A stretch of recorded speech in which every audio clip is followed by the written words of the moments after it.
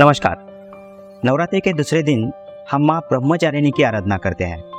माँ ब्रह्मचारिणी लॉयल्टी, प्रसन्नता, पवित्रता और शांति की प्रतीक है। इस दिन को हम व्हाइट डे के तौर पे भी मनाते हैं। आज का यह एपिसोड ऐसी एक व्यक्तित्व को समर्पित है। ये कहानी है दिल्ली स्थित ज्योत्सना गोविल की। Jyotsna ji Indian cancer society Delhi branch की चेयरपर्सन है। ज्योत्सना जी की गिनती विश्व के टॉप 500 कैंसर लीडर्स में होती है। वर्ल्ड हेल्थ ऑर्गेनाइजेशन यानी WHO ने भी इनके कार्य की प्रशंसा की है। देश और विदेश के अनेक संस्थाओं ने इनके कार्य को गौरवान्वित किया है। लगभग 40 सालों से ज्योत्सना जी का कैंसर के क्षेत्र में दिया हुआ योगदान हम सबके लिए प्रेरणादायी है। तो आओ चलो सुनते हैं ज्योत्सना जी की कहानी उन्हीं के जुबानी। I have a very intimate knowledge of cancer. My mother died of a brain tumor when I was a year old. I was 40 when my father was diagnosed with an inoperable stomach cancer. His spell at the hospital in Bombay was a turning point in my life. I ran into the main surgeon saying, "Why are you wasting your time sitting in corridors?" He told me about the new branch that was going to be starting off in Delhi. Welcome to the Indian Cancer Society Delhi office. I've been with them ever since. We started with cancer awareness and we went on to provide cancer screening. Our other big project has always been patient support. So we provide emotional support, financial assistance. In 2013, my husband was diagnosed with Alzheimer's dementia. He fought it initially with anger, aggression, and then it sort of settled into a very childlike calm. In the last years, I think he was in a happy place. It was towards the end of July this year that we could see him failing. And in the first week of August, I had to have him hospitalized. And on the 17th of August, he passed away. My journey through those 6 years of caring for him got me to realize that dementia was a really forgotten force. Doctors didn't know too much about it. Certainly other friends and people around us did not know very much. People stayed away. When he died and we saw the crowd at his funeral and his memorial service, I did say to them, "I wish you had come in his lifetime." I realized that the kind of education and even screening that we had done and grown in the cancer control area was so much needed in this field as well. People need to understand that dementia is something that can happen to everyone. We need to ensure the dignity of the patient at all costs. Having one NCD is no guarantee that you will not get another. The creation of the NCD Alliance and of the Healthy India Alliance in India was in many ways a validation of my thinking. We need to work together to make the policy makers listen to us. And they do, because there are very many very strong voices. So people are beginning to understand what NCDs are about. And we must stick together and say enough NCDs and support governments in building a culture of health for all that addresses prevention, treatment and care. That includes palliative care with no exceptions, no excuses.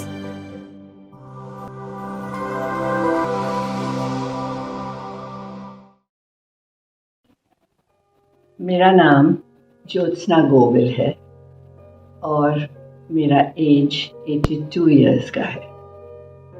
मेरे उम्र के आधा हिस्सा मैंने Indian cancer society में volunteer के रूप में काम किया है। तो जो भी मेरी कहानी है वो करीब करीब वही चीज़ इंडियन कैंसर सोसाइटी की है, दिल्ली ब्रांच की। जब मैंने ज्वाइन किया 1984 में, उस वक़्त हम सिर्फ अवेयरनेस टॉक्स करते थे और एक छोटा सा स्क्रीनिंग सेंटर था NDMC के बिल्डिंग में जहां हम स्क्रीनिंग करते थे। हम बाहर कहीं नहीं जाते थे स्क्रीनिंग के लिए। एक दिन हमारे पास एक औरत आई जिसने कहा कि आपने तो मेरे घर में आग लगा दी। हम काफ़ी शॉक थे, कैसे हमने आग लगा दी? तो उन्होंने कहा आपने मुझे बता तो दिया कि मुझे कैंसर है, लेकिन मैं अब आगे क्या करूं? दिल्ली में कोई कैंसर हॉस्पिटल है नहीं। उसी एक स्टेटमेंट से हम लोगों के मन में एक सोच जाग गई कि हमें कुछ करना चाहिए इस चीज़ के बारे में। तो हमने हॉस्पिटल बनाने के लिए काम करना शुरू कर दिया। अब हॉस्पिटल बनाना कोई छोटी मोटी बात नहीं है, उसमें करोड़ों रुपए चाहिए और हमारे पास थे नहीं। जब हमने इंडियन कैंसर सोसाइटी के पास हम गए तो उन्होंने कहा आप लोन नहीं ले सकते हो। अब पैसा नहीं, लोन नहीं, तो हम आगे कैसे बढ़ते? तो उस दिन से हम एक तरह के भिखारी बन गए। हमेशा हमारे हाथ आगे थे कि हमें पैसा आ जाए।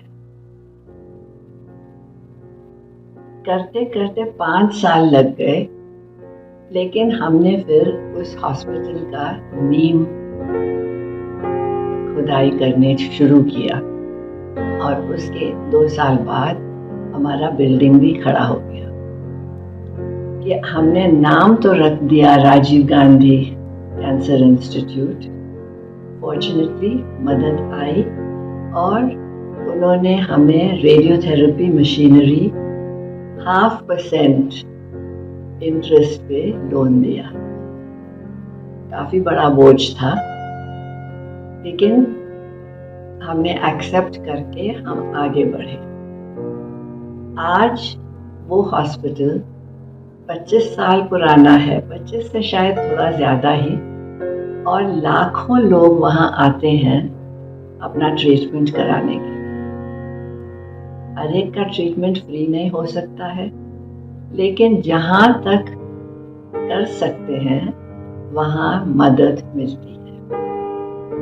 अब वापस आए इंडियन कैंसर सोसाइटी की तरफ से। हमारे अवेयरनेस और स्क्रीनिंग के सर्विसेज चलते रहे और 1991 में हमने कैंसर सहयोग नाम का एक इमोशनल सपोर्ट ग्रुप शुरू किया। इस ग्रुप की खासियत ये थी कि ज़्यादातर मेंबर्स कैंसर सर्वाइवर्स थे, औरतें खास करके, एक आध मर्द भी, जो कैंसर से आगे उभर के आए थे और अब दूसरों की मदद करना चाह रहे थे। कैंसर सहयोग के वॉलंटियर्स हॉस्पिटल्स में जाते थे और हॉस्पिटल्स में वहाँ मरीजों को हौसला दिलाते थे। उनको ये कहते थे कि हम भी आपके जैसे थे, अब हम निकल आए हैं और हम खूब अच्छा जीवन जी रहे हैं। याद रखें कि उन दिनों कैंसर का डायग्नोसिस एक तरह से डेथ सेंटेंस था, मौत का ऐलान था। अब यहाँ ये औरतें आके कह रही थी कि हम हैं, हम जीवित हैं और कैंसर से आप उभर के बाहर आ सकते हैं। तो ये एक बहुत इम्पोर्टेंट मैसेज था, जो मेरे ख्याल में जिसने कैंसर का रूप ही बदल दिया। अब लोग उससे इतना डरते नहीं थे, आगे फाइट करके निकल आते थे। उसके बाद हमने शुरू किया प्रशांति। प्रशांति तो हमारा हीलिंग सेंटर है। वहाँ बच्चे आते हैं, बड़े आते हैं, एक एक दिन अलग हमने बांट दिया है। आते हैं, आपस में बात करते हैं और एक दूसरे का दुख सुख बांटते हैं। बच्चों को तो कैंसर के डायग्नोसिस के साथ उनका खेल कूद और उनका आनंद करीब करीब बंद सा हो जाता है। तो हमारे पास लोकल एक कॉलेज के लड़कियां आती हैं जो उनके साथ खेलती हैं, उनको ड्राइंग कराती हैं, क्राफ्ट्स कराती हैं, दिवाली के टाइम पे दिए बनते हैं। बहुत एक्टिविटी होती है जो बच्चों को अपने दुख से बाहर निकाल लेती है। उनके माँ बाप जो हैं अलग कमरे में बैठ के हमारे काउंसलर से बात करते हैं और हमारी काउंसलर उनको हौसला दिलाती है, सलाह दिलाती है कि कैसे अपने बच्चों का परवरिश करें। दूसरे दिन लेडीज आती हैं जो ब्रेस्ट कैंसर से जूझ चुकी हैं। हमारे पास एक आम के प्रेशर मशीन है। जो लेडीज जानते हैं ब्रेस्ट कैंसर को, वो समझ सकती हैं कि जिस तरह से स्तन निकाला जाता है वहाँ में सूजन आती है। तो ये प्रेशर स्लीव जो है उनको बहुत रिलीफ देती है। दूसरी तरफ हम उनके लिए ब्रेस्ट प्रोस्थेसिस तैयार रखते हैं, ब्रास रखते हैं, ताकि वो वहाँ से अपने साइज का निकाल के ले जाए। हम मेल से नहीं भेजते हैं क्योंकि प्रोस्थेसिस का साइज और फिटिंग बिल्कुल सही होना चाहिए दूसरे स्तन से मैच करते हुए। तो हमारे पास जो लेडीज हैं वो उनको मदद करती हैं सही साइज का लेने के लिए। वहाँ भी जब एक दूसरे से बात होती है तो एक दूसरे से एडवाइस भी मिलती है कि आगे कैसे बढ़े। बच्चों को कैसे बताएं कि एक स्तन नहीं है। उनके आदमी क्या सोचते हैं जब एक स्तन निकाला गया है, कि एक औरत का पूरे अस्तित्व उस स्तन में ही बैठा है या आगे उसके अलग छोड़ के और बाकी लाइफ भी है।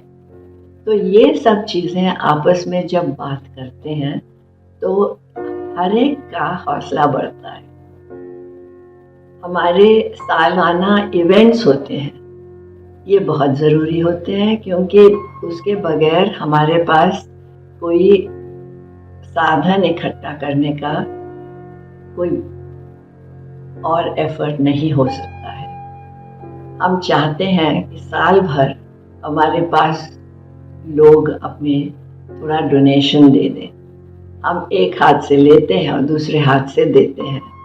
हमारा मेडिकल असिस्टेंस फंड बहुत लोगों के मदद करता है। साल में 80 से 100 लोगों के हम मदद करते हैं।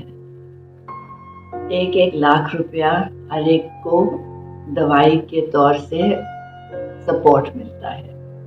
तो आप मान लीजिए 83 लाख, 100 लाख, 108 लाख हमारा खर्चा है सिर्फ मेडिकल असिस्टेंस में। बाकी काम भी होते हैं। हम ये चाहते हैं कि हमारा अवेयरनेस प्रोग्राम बहुत आगे तक जाए। तो एक तो हमने ऑनलाइन कोर्स किया है गवर्नमेंट ऑफ इंडिया के HRD मिनिस्ट्री के साथ, स्वयं प्लेटफॉर्म है।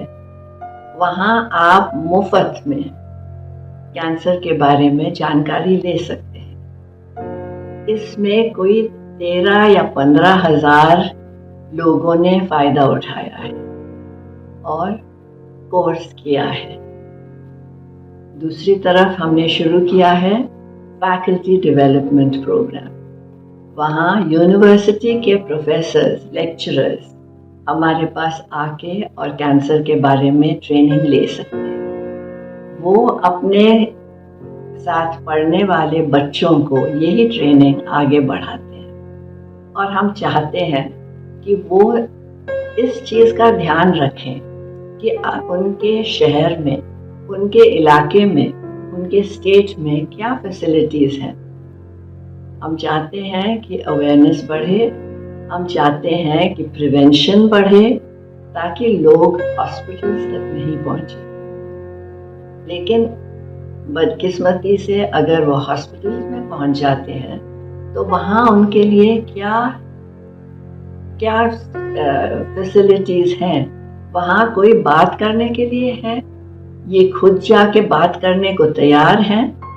तो यूनिवर्सिटी प्रोफेसर्स और ग्रेजुएट स्टूडेंट्स को हम जागरूक करते हैं कि कैंसर कोई एक छोटा सा डिजीज़ नहीं है।